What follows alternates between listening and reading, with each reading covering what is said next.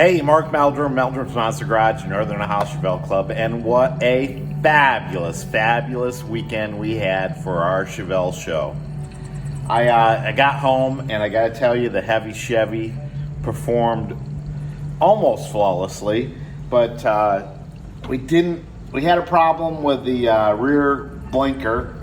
Well, maybe it was the rear, maybe it's the front. I'm not really sure yet, but we're going to take a look at the bulb here.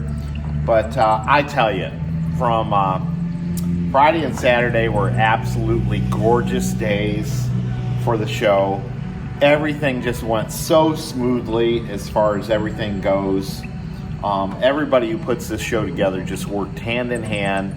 And hey, yeah, we had issues along the way, but we resolved them because that's what we do. We know how to work together and get things done. And that's all there is to it. I hope all the show attendees had a great time. From my perspective, it certainly looked like it. I got to see a lot of old friends and see their beautiful cars and all their workmanship over the past year. And I tell you, let's see here. I don't know. This bulb looks pretty good. So we'll go around. We'll put some grease on this bulb. We had Richard Doyle give a great talk on Friday morning. I'm sorry, about his experience at working at the Baltimore assembly plant where this car was made. He talked about how they would put so much grease on the car. Grease went everywhere, even on the employees. He told a great story about working in the paint department for a little while. So I'll make sure I put a little grease on here to make sure we're making a good connection. But anyway, he gave a great talk, and I'll have that on Meldrum's Monster Garage. Don't worry, I've got a lot of editing to do, and a lot of great videography was done over the weekend with the help of my co-pilot Barbie. Barbie was Dan's wife, and they had a fabulous vehicle there that it's going to blow your mind. It basically a 69 wagon on top of a 2008 Chevy truck frame and engine, and that thing was neat. He doesn't have it completely dialed in, but it certainly made a great pirate wagon. And I can't say enough good things about Dan also. Dan Ratliff, oh my God, he stepped in a moment's notice when we needed him to do some auctions during the award ceremony. And he has such a great deep voice and such a great personality. We had so much fun, and he raised a lot of money for Toys for Tots. I think his auctions brought in about $2,000, and we couldn't have done that without him. And so that was a great part of the award ceremony. And Barbie helped me film the cruise, so she was my co-pilot. That's Dan's wife. So thanks a lot to both of them. I had a lot of personal experiences with people throughout the weekend that I haven't seen in a long time, and you know who you are, and it was great to talk to you. But most of the time I'm behind the scenes working with Jason, and we're counting votes and putting the award ceremony together. So that went super smooth, let me tell you. Everybody did their job as far as getting their ballots in by 1 o'clock. Our show is a participant judge, so we do the top 40. And then we have a lot of specialty awards, and the people who sponsor those awards are responsible for picking their winners. Another thing we do, maybe a little bit different at Northern Ohio Chevelle Club show, is we try to make it so people don't stack trophies on top of each other. So one trophy per person, and I think that makes everybody feel like the awards weren't like I say stacked to one person. So that's great, because they're our best to show car that will eventually show you, and I'll show you all the awards, but our best to show car could have got several awards, in my opinion, at other car shows, and I'm sure it will in the future.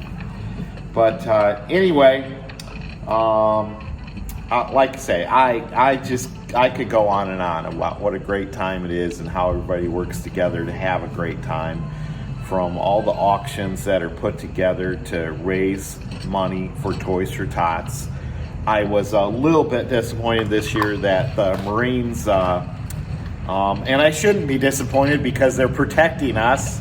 The Marines were out of town. They were on a mission, so they weren't able to come to the show. So that's why I'm disappointed. But thank God for those guys protecting our country. And maybe next year we can get them back to the show and help us out with our Toys for Tots drive. But that didn't stop us. We still had a couple Marines come over in their civilian clothes and pick up the toys and take them back to the base, and they'll be able to distribute them to Toys for Tots.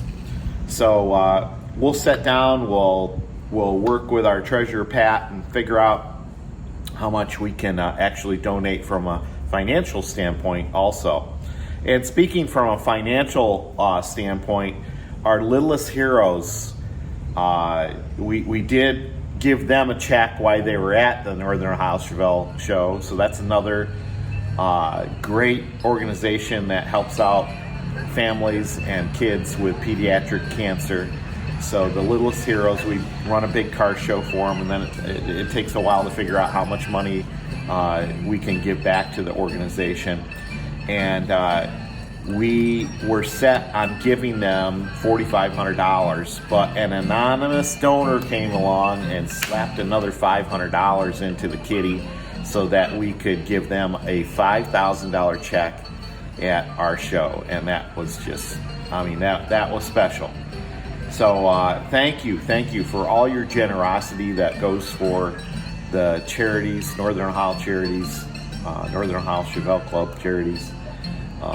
Our primary people that we're donating to is Toys for Tots and Littlest Heroes. So great job, everybody, for helping us out with our cause there. So anyway, I'm kind of babbling on here, and I just wanted to express my gratitude to everybody. And we will put our noggins together and hopefully put a show together next year. I'm sure we'll put a show together. And stay tuned for that information. We'll probably send out some feelers to see how we did this year. And, for you folks that didn't make it, we'll probably send out feelers to you too. I got a little text from Kim Fisher, and she thought it'd be a good idea to send out feelers to people that didn't make it to the show this year but had made it to the show in previous years, and kind of find out what's going through your head. What could bring you back. But the people that did come, and there were a lot of them, had a great time. I know not everybody brought a car, but there was certainly a ton of people there enjoying the cars that were there. So once again, Mark Meldrum, Northern Ohio Chevelle Club. Let's finish out this heavy Chevy and get her back in the garage. And like you say, she drove flawlessly. The transmission, the engine, everything. I was just so happy with that. So, all right. Moved around to the front of the car and just moved the battery out of the way. And then I couldn't get a good grip on the actual connector down here. So anyway, it's back down in there. I know it's hard to see, but you put a little quarter turn on this thing. Okay, there's the connector. Just put a little quarter turn on it, and then of course the bulb's going to come out. Now this bulb doesn't.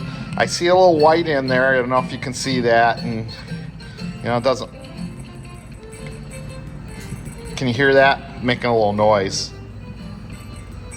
So let's replace it and see what happens. All right, there you go. We got the blinker blinking. We're in good shape.